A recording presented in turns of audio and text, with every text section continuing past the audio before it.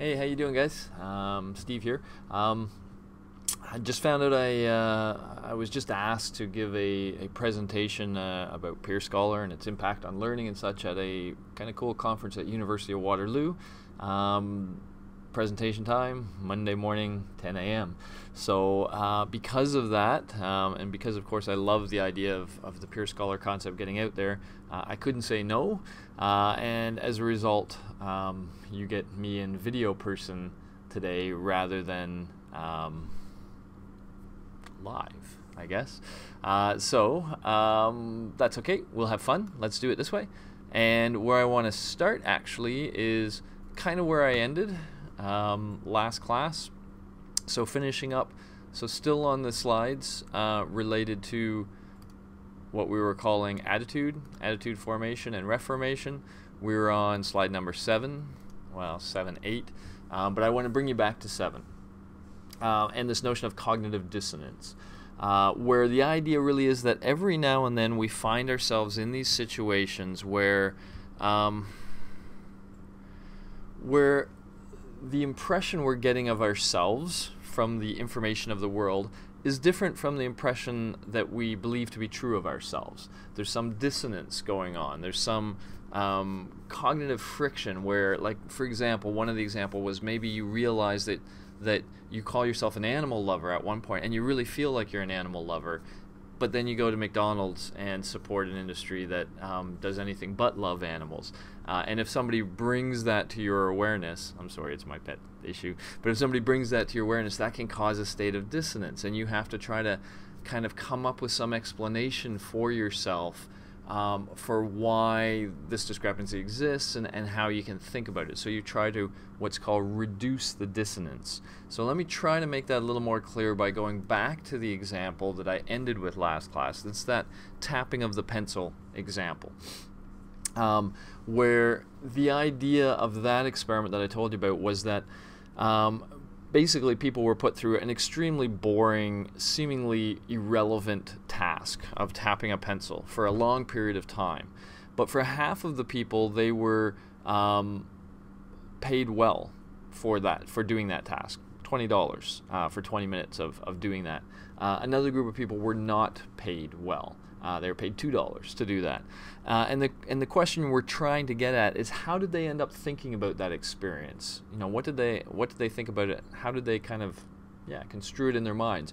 And we tried to get at that by asking them to explain the experiment to a theoretical next subject, to let them know what the experiment was about. And we're interested in how they described it. And the critical finding, of course, was the people who got the $20 described it what you and I would probably say is pretty accurately. They said, hey, it's boring, it's useless, it's irrelevant, I don't really see why anybody would care about this, but hey, you get $20 for 20 minutes, so yeah, it was good. I liked it. The other group is the more interesting one, the group that only got $2, because the interesting part of their behavior is when they described the experiment, they described it as much more interesting, much more cool, and they learned a lot about themselves, and so anything but boring. And so what's the theory here of why they did that?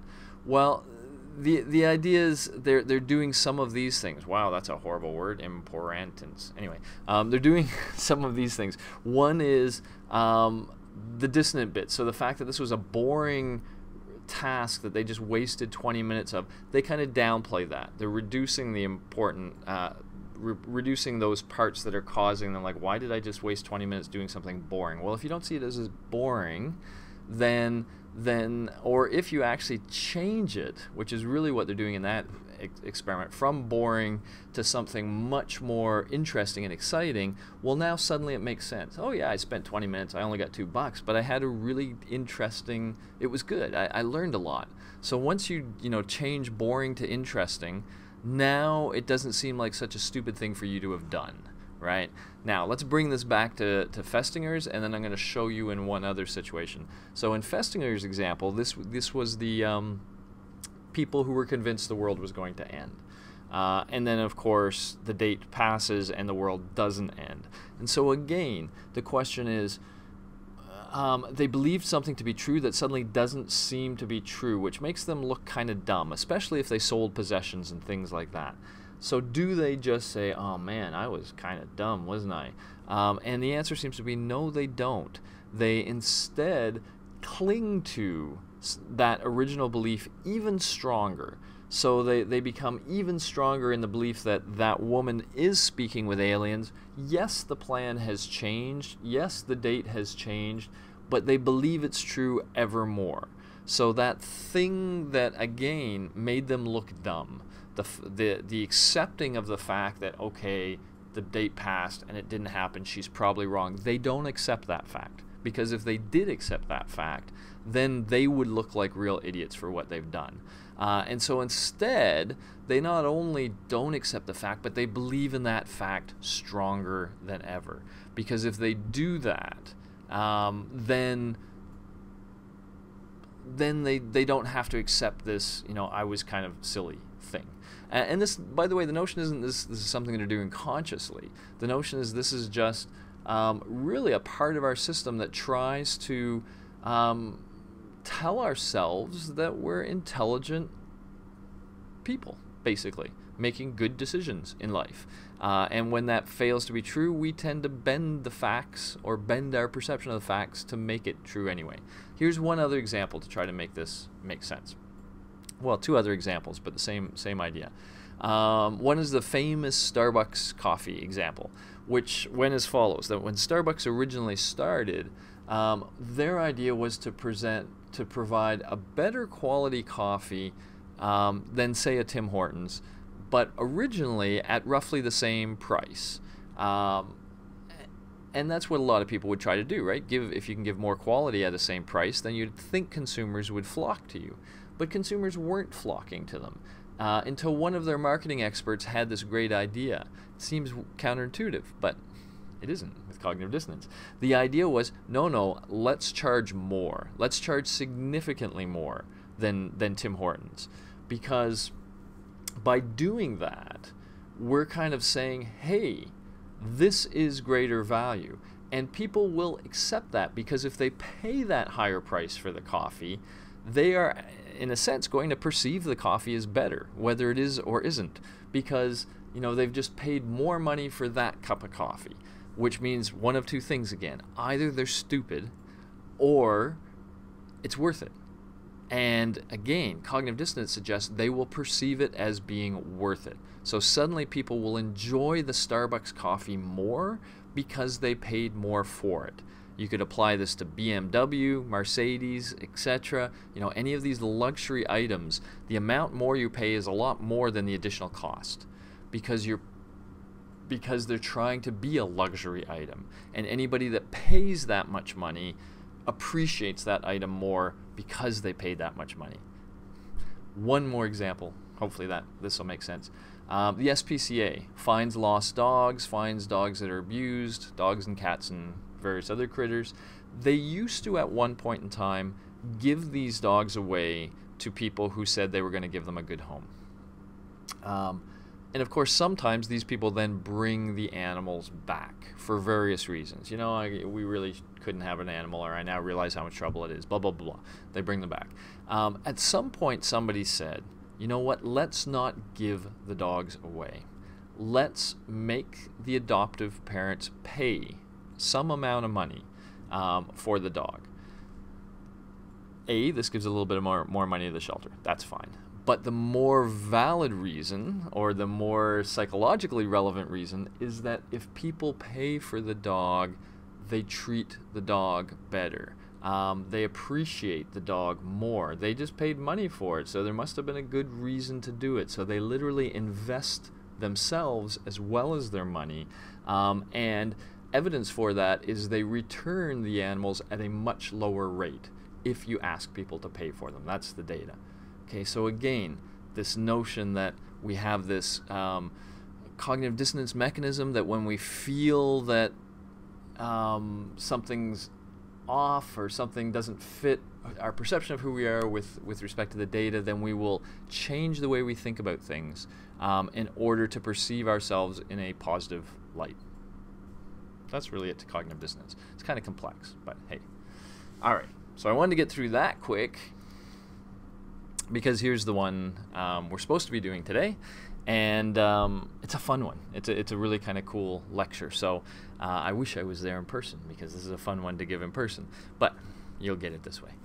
It's about attraction. So again, remember, social psychology, about humans influencing each other, and of course a huge part of all of our worlds, but especially your world given your age range, has to do with meeting other people that we might want to spend a lot of time with.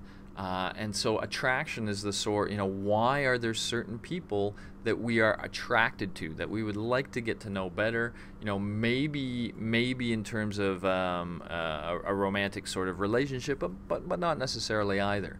Just what makes somebody more attractive to be around, to be a friend with, etc. Okay, so a cool area. Let's talk about some of the interesting things. So this is one, I mean, for those of you, some people ask me to suggest books every now and then. This is an interesting book, Lucy, The Beginnings of Mankind. It's interesting because of, well, let me give you the punchline of a sort. It's about these anthropologists, David Johansen especially, who find skeletal remains of what we think is the oldest, we can call it primate, we can call it Homo sapien, this is sort of in debate, but the oldest hominid that seemed to walk upright, and that's Lucy. So Lucy's very short, you see the depiction of the skeletal remains here, relatively short, 3 foot something, but clearly walked upright based on the skeletal structure. The critical thing about Lucy is that she had a very relatively small brain. So we often talk about the evolution of upright locomotion as being linked to the development of the brain and the use of the hands. That once you walk upright, you can use your hands, and with a big brain, you can build tools, you can get weapons. So that's often the story we give. But Lucy kind of contradicts that story because she was walking upright but didn't have the big brain. So it seems like upright walking was not the result, at least, of these creative ideas that we needed to use our hands for. It was not pushed by the desire to free the hands to make tools or to use weapons. It seems to have occurred before the brain development. Why? Interesting question that pervades the book, and at the end they bring in an expert who kind of gives the following story. So this is absolutely not scientifically proven. It's just an idea that's out there to explain why humans came to walk upright, but it relates to this notion of attraction. So let me give it to you. We've talked about this different strategies for raising children. I've never brought in the K versus R, but I will now. The distinction that's being talked about, though, is just this one, that some animals produce a lot of offspring and don't care for them very much. We're going to call that the R technique. And again, the sea turtle would be the classic example where they lay hundreds and hundreds of eggs and then they leave. And it's up to the little turtles to survive on their own. Many of them don't, but because there's so many eggs, some of them do. So that's an R strategy for reproduction. Have lots and lots and lots and lots of children, and then you don't have to care about them too much, and yeah, a bunch of them die, but hey, that's how it goes. The opposite end of that is what we call the K strategy, which is have very few children, but care for them very well. Try your best to make sure that every child survives to adulthood, to reproductive years, etc. Primates and humans are extreme K types.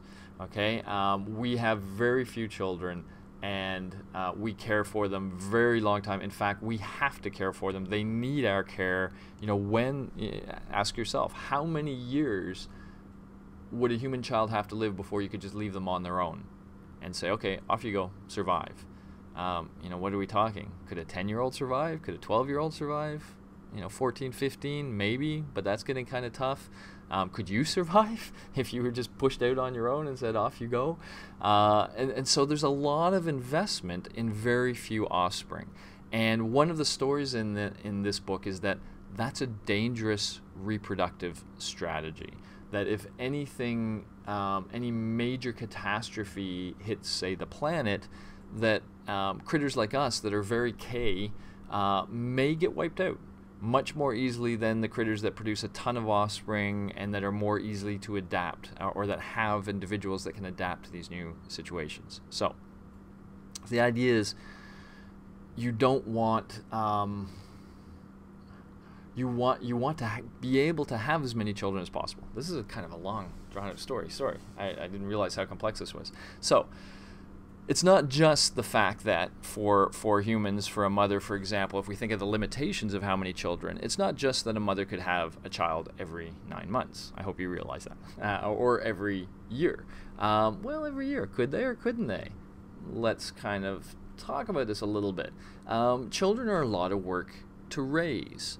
So if the mother solely has to raise the child, find food, give it, in addition to everything else that a mother does, then it would be very difficult for that mother to have a child. Like, you almost, for the first 2 or 3 years of a child's life, they are completely, they just need their caregiver completely. And if the mother was the only caregiver, then she would probably spend at least 3 years just focusing on one child before the thought of having another child would even be possible. But this is where the upright walking stuff is going to come in. The claim of the person in this book is that we could get around this if the father played more of a role. So fatherly commitment. If the father actually stuck around and helped, then the mother could have a child more frequently, perhaps as frequently as we see in the modern world, for example. But fatherly commitment is not a common thing in nature. The males of the species generally are there for the reproductive act, and then sometimes that's pretty much it. So it's kind of strange for a father to remain committed to a female and the offspring in the way we think of it. And the story was that that's kind of required for our species to be able to survive. And so something had to happen to allow or to convince fathers to stay around. And so the claim is this is where love was born. That literally our species developed a weird tendency for males to look for something in females and vice versa that had more of a long-term aspect to it. It wasn't just the one-night stand or 1 hour stand or whatever stand kind of approach. We had to develop some sort of processes that asked for males to stick around or suggested males stick around. So the idea was that something like love was born, that some males and females, for whatever reason, did stick together longer than the reproductive act, and that those individuals had a reproductive advantage because the father was helping out. And this is all linked to standing upright, because the claim is, well, if the mother's going to have multiple children, she's going to have to hold. They can't just all ride on her back. She's going to have to be able to hold them. So the claim was that the upright stance had to do with holding children because there were now more children for these couples.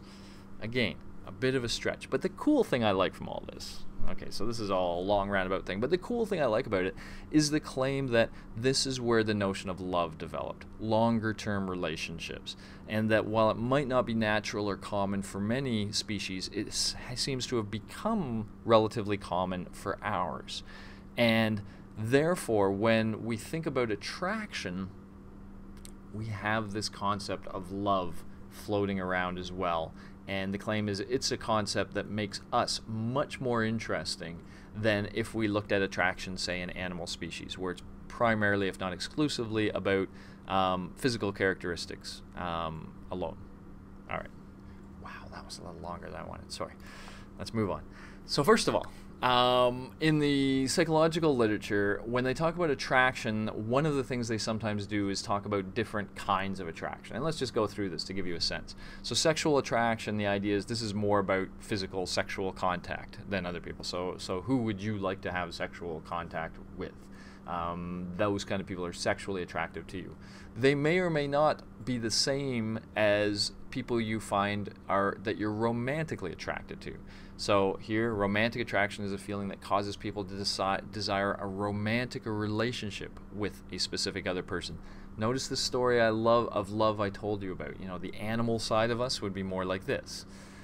That love thing brings in this romantic relationship, and it has the notion of relationship, not just an act, but a something that endures over time.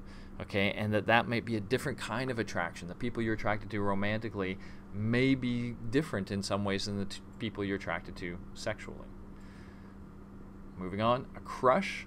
Crush is sort of a subtype of romantic attraction, but a desire for a romantic relationship of some kind, a desire that is possibly temporary in nature and possibly never acted upon. So a crush is seen as a little different. It's somebody that, oh, I would love to have a romantic relationship with them. But the notion is they come and go, and they may never be acted upon. So people can have a crush on various other people. Okay, here's some of the funnier ones now. Squishes. I'd never heard of squishes until I started teaching this, but they call it an aromatic crush, a desire for a strong platonic relationship with someone. I think in the current world we would call this a BFF. Okay, somebody who's going to be there for you, somebody who you feel a partnership with of a sort, but it's not a sexual attraction, it's not a romantic attraction, and so they call it a squish. You know, a really good friend, a bromance for the guys, if you will. All right, let's move on from there. Sensual attraction. So this is kind of an odd one, but I have an example that I think will help. A desire to do sensual but not sexual things with certain people, especially relating to tactile sensuality such as cuddling. So the idea is you can discriminate or separate sensual from sexual. Here's the example I like. I used to play 3-on-3 basketball here in the gym, in the student league for a while. And I'm not very skilled at basketball. I'm not a very good technical player, but of course I'm big, I'm tall, and so people like to put me under the net. And if any of you have played basketball or you watch basketball, if you look at the big guys under the net, the centers, they spend a lot of time pushing bodies against one another. Literally, like trying to push the other guy out of the way, or he's trying to push you out of the way, or you're jostling, or you're trying to get around because you're trying to get position under the net. But a whole big part of that position is this body-to-body contact, and it's very sensual. And I will say, it feels good. There you go. I like it. I really enjoy that part of playing basketball. And it's not sexual at all, obviously. It's much more about feeling that contact, that physical contact. Another example might be mosh pit people. You see these mosh pit people and you think, you know, what the heck are they doing? Banging the heck out of each other and blah, blah, blah. Seems stupid. I don't really like mosh pit people when I'm at a concert. But anyway, but they're enjoying that physical contact with one another, but not in a sexual way, in a sensual way. Okay, so that's called sensual attraction. So somebody might be attracted to a mosh pit or a basketball game or a certain opponent that they like to play against because that dance they do is particularly interesting.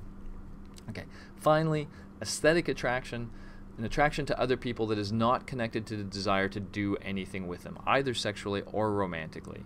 They simply appreciate their appearance. So there's somebody you can say, yeah, that's a good-looking person. I think that's a very good-looking person, but it's not like you really have any, deep desires. You're just appreciating the view, so to speak. 6 kinds of attraction that we can tear apart. Mostly what we're going to be talking about are versions of these two, sexual attraction and romantic attraction. And often, as you've probably figured as I was talking about, that these two are typically linked in some way, because if you do find a romantic partner, a long-term romantic partner, that person is likely the person you're going to have sexual interactions with over the long term. And so therefore often when we're looking for long-term partners, there's a little bit of both of these that come into play. We won't be talking too much about these other ones, just letting you know they exist. All right. So let's get into this. Who do we find attractive, and what do we know about it from a psychological literature? Here's one of the kind of weird, interesting findings that seems surprising at first blush, but it's kind of cool. There's a lot of research that's done that suggests what we find attractive is averageness and symmetry. So let me explain that a little bit. If we take a bunch of faces, so here's someone, here's somebody else, either of which you could say, hey, they're relatively attractive people as they are, you can morph these faces. So you can use software to kind of average the eyebrows. And so literally, if we look at an eyebrow, this eyebrow is an average of this eyebrow, and you see some of that shape coming in, and that eyebrow, you see more of the thickness of that eyebrow, for example, coming in, and every feature of this person, this eye, is an average of her eye and her eye, etc. So if you average these two faces in every way, you average their lips, you average their nose, you average their ears, you end up with this person on the right, who's literally an average of these two. And when you do that and you ask people how attractive are these various individuals, people almost always prefer the averaged person. Okay, we find this averaged person more attractive. If you actually look at the features of these people, one of the things you find is that averaged people are more symmetrical. So, I mean, even if you look at this eyebrow versus that eyebrow, you'll almost always see differences across people. One eye versus the other, one's usually more closed than the other, one ear might be a little bigger than the other, etc.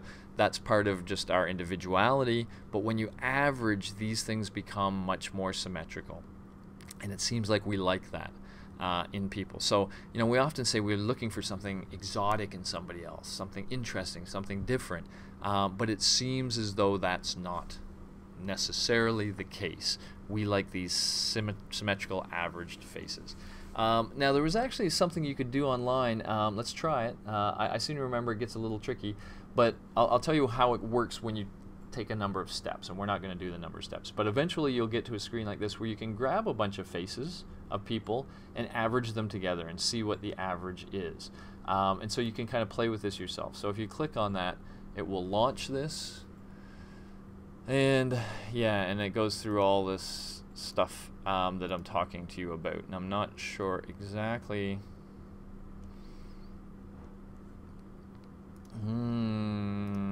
Yeah, so I'm not going to take a bunch of time. But somewhere here you can actually do this. And it walks you through some of the process for doing this, I think. I'd like to do it with you right there, but I just don't want to take the time and figure it out in front of all of you guys. So check that out anyway. The idea being, again, you can create these averaged faces, and you can get a feel for it yourself how, this face, for example, is an average of these three. All those three are fine, but there's something more attractive of this person. This person doesn't exist, of course, but if they did, we'd find them more attractive. All right, onward. That's to do with the face, and most of that averaging work is done mostly on the face. But what about the body? Dove had a famous ad a while ago where they're celebrating female bodies in all of their shapes and sizes, and they had a bunch of women parading around in underwear like this that had a variety of body styles. And the message was sort of, love the person you are, which is obviously a very good message. When it comes to attractiveness, there is, though, a certain universally agreed upon view of of the ratio of the perfect female body. So specifically, the ratio we're going to talk about is the hip to waist ratio. So if you look at how wide a woman is around the hips, and you divide that by how wide she is around the waist, you can get the hip to waist ratio. And people across the world, men across the world, have been shown pictures of different females and asked how attractive they are, and they universally, in all cultures, seem to prefer women who have a hip to waist ratio of 0.7. Okay, now first thing to keep in mind, this is not about the size of the body. So you can have a thin woman that has a 0.7, and you can have a much larger bodied woman that also has an average of 0.7. So this just has to do with the waist relative to the hips. And so some men prefer women of different body sizes, but they all tend to, within a body size, they all tend to gravitate towards this hip to waist ratio. Why? Well, the evolutionary story is this, that, well, it's not just an evolutionary story. There is data to suggest that women who have this hip to waist ratio tend to have easier childbirths, less complications. So childbirth works well and more naturally.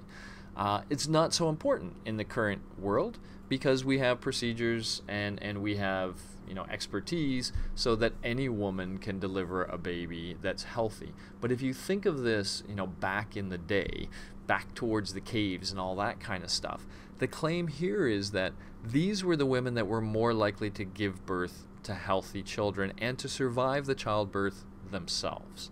So again, if we go to an evolutionary story, the claim would be, well, males may have found many different females attractive, but those who found women with this hip to waist ratio attractive were more likely to have more of their genes carried on in future generations because the children were more likely to be born healthy and the woman was more likely to survive to give birth to more children. And so for whatever reason, then this preference propagated and became common across all men everywhere. All right. So it's very physical, but it's related to health, related to an evolutionary kind of story. It shouldn't apply anymore today because, again, that evolutionary story doesn't make any sense. And any woman can have a perfectly healthy child, but the claim is we carry some of this evolutionary stuff along with us, and we associate that hip to waist ratio with healthiness. And healthiness not only of the woman herself, but of the babies that she might mother. Okay.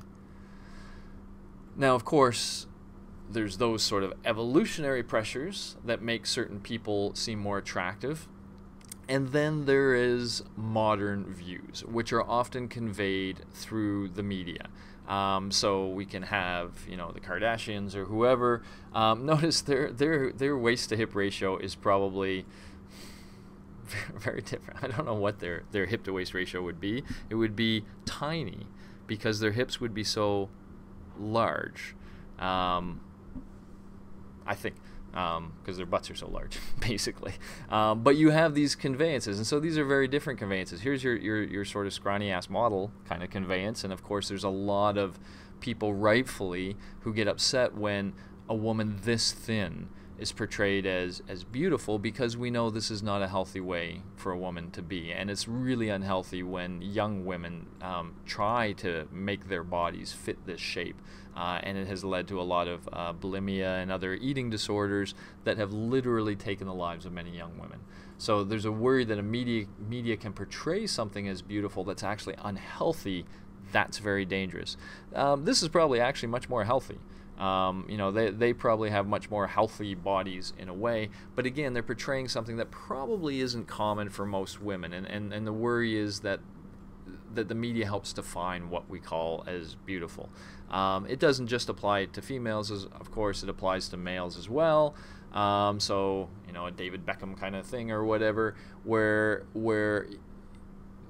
the concept of what a beautiful man looks like is also portrayed in the media, and also now influences people who want to be seen as attractive to others. The advantage that is usually true in the male side of things is that usually the males presented as physically attractive are athletic, like a David Beckham. They're often sporting types, they're often strong, they're often physically fit. Again, there's the vestiges from evolution that a strong man is more likely to be a good provider, and so to some extent, often they're healthy. The images they show of the beautiful man tend to be more healthy, and therefore, if a young boy strives to match that, it's not usually perceived as dangerous as when an unhealthy stereotype of beauty is portrayed. Moving on. Well, okay, so let's talk about this then. So I mentioned that this hip to waist ratio kind of brings about this tendency in males to prefer a certain body style, makes males sound pretty physically oriented, and a lot of the research suggests that yes, we are. What about females? The perception we have is that they are not so focused on the physicality of males. So I have my favorite here, Big Bang Theory, of course. The fun thing they always do is have Penny, who you wouldn't think would be interested in this nerdy guy, who's in fact, well, she seems quite interested in him right there, and you know, they have a whole section in the show where they're together as a couple. The claim here is that a woman can get beyond physical attractiveness, and if you ask women what are the characteristics of males they find most attractive, these are the things they will often say. That women like males who are passionate about something, who have something they want to accomplish, something they want to do, that generally the whole couch potato lame ass guy that's like, is not attractive to women. They prefer somebody who's on a mission of some sort, want to accomplish something. They like men who are self-confident. They like men who are respectful,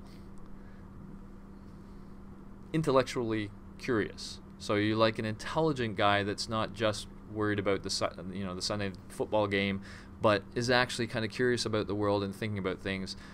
They like a sense of humor, and they do like looks, but again, they're apparently not as focused on looks. That's what they'll tell you.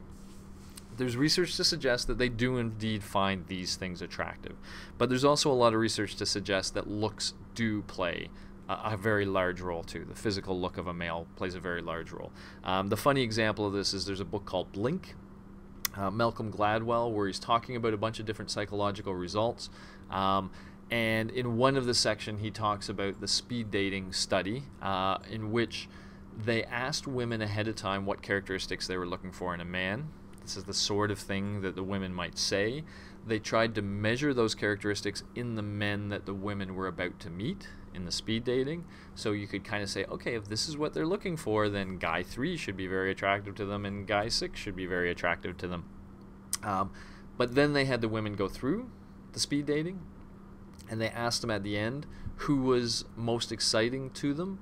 And it turned out that these characteristics that they said were important didn't predict who they were attracted to very well. What did predict who they were attracted to was, to some extent, physical appearance. Now remember, it's speed dating. They're not really getting to know these people, but still, physical appearance and a sort of adventurous, risk-taking spirit. Those seem to be the things. So the claim is this is probably more of the romantic relationship that the woman's thinking about. But when they only have a short-term thing, then they probably get more towards that sexual attraction side, which is more about physical characteristics and fun and adventurousness kind of stuff. All right, we're going through this kind of quick, but I'm giving you a bunch of these things just so you can think about some of these things, and we'll try to put them together at the end. What else do we know from psychology about attraction? Well, one of the other things we know is that our eyes are very important, and not even just our eyes, but our pupils are very important. There's been a bunch of studies where they've, let's go over here for a second, shown participants pictures of people that are otherwise identical. They don't actually look otherwise identical here, but anyway, that are otherwise identical, but for one of the pictures, and I don't know how well you can see this, but for one of the pictures, the pupils have been darkened. So this guy here has much darker pupils than this guy. And let me see, this woman has darker pupils than this one. What is a pupil? A pupil is that opening in the eye that opens up when you want more light to come in, right? So when you're looking at something and you want to see it better, your pupil opens up and lets more light in. We like people with big pupils, okay? Before I get to why, let me just tell you another part of this story. One of the most famous, beautiful women of all time is Cleopatra. Oops. Cleopatra seemed to know this somehow. One of her various beauty things was putting a drug in her eye called belladonna, just a leaf. But she would put this leaf extract in her eye, belladonna, and what it does is it makes the pupil bigger. This is the same kind of thing your ophthalmologist does when they want to look in your eye, right? The pupil is the window. So you put this in and it makes your pupil bigger. And just like I'm talking about here, everybody thought she was the most beautiful woman in the world. And she probably had these literally unnaturally large pupils. All right, so why?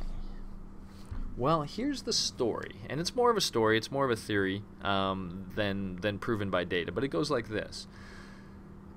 If you're interested in something, your pupils get bigger. Okay, so now, imagine you're talking with somebody, and as you're talking with them, their pupils get bigger. You won't notice this consciously, probably, unless you're very well trained, but what it'll probably feel like to you is that they're more interested. They're interested in what you're saying. They find you interesting.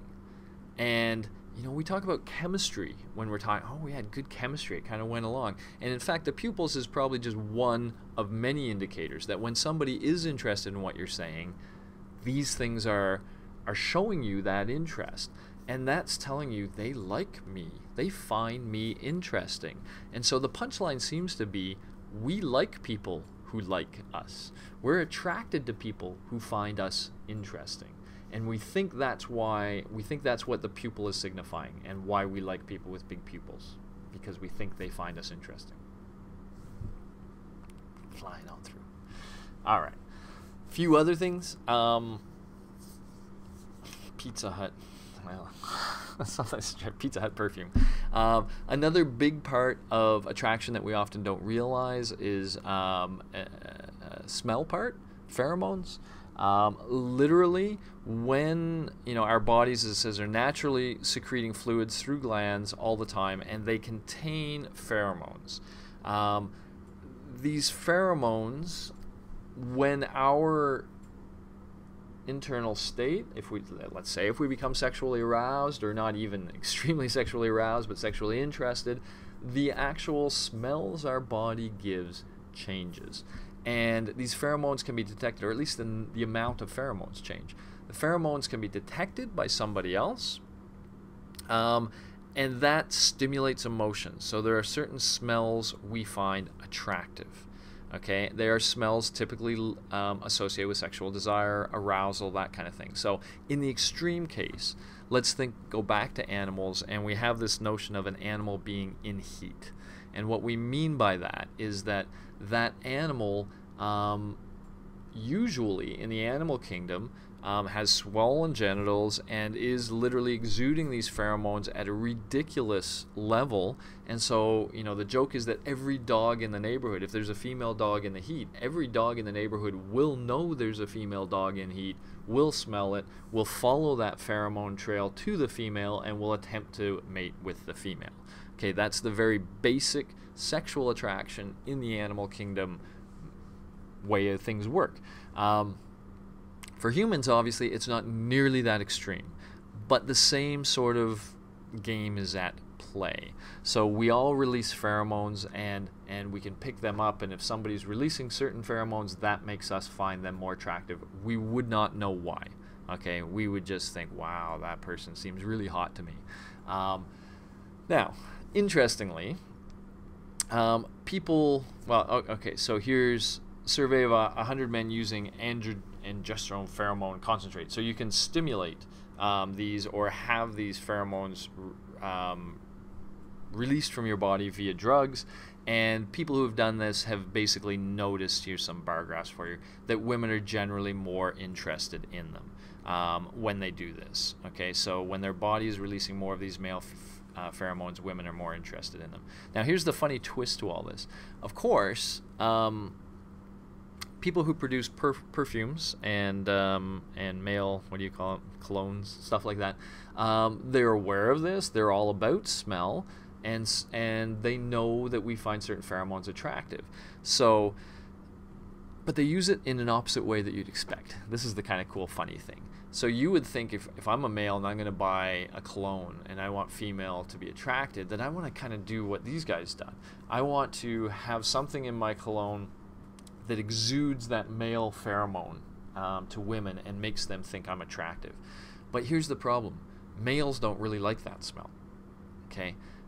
Females like that smell, but males don't really like that smell. And similarly, if we look at the female perfume side of things, If they used the smell that males find attractive, which seems natural, but they don't really like that smell. So if you now imagine yourself thinking of buying a cologne or buying a perfume, and you smell a little on your wrist as you do, you're the buyer. They want you to like it. So in perfumes, in female perfumes, the pheromones they tend to put in are ones that females find attractive.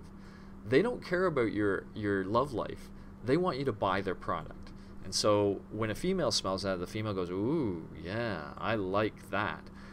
She likes the ones that females like, that attract females. It's attracting her to the perfume. But that's not necessarily going to be attractive at all to males who smell that perfume. Similarly with clones. All right, got that? So that's kind of an interesting flip they do on you there. Welcome to the real world.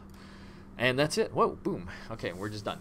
All right, so that's what I got for those 2 lectures, and that brings us sort of up to speed with where we should be.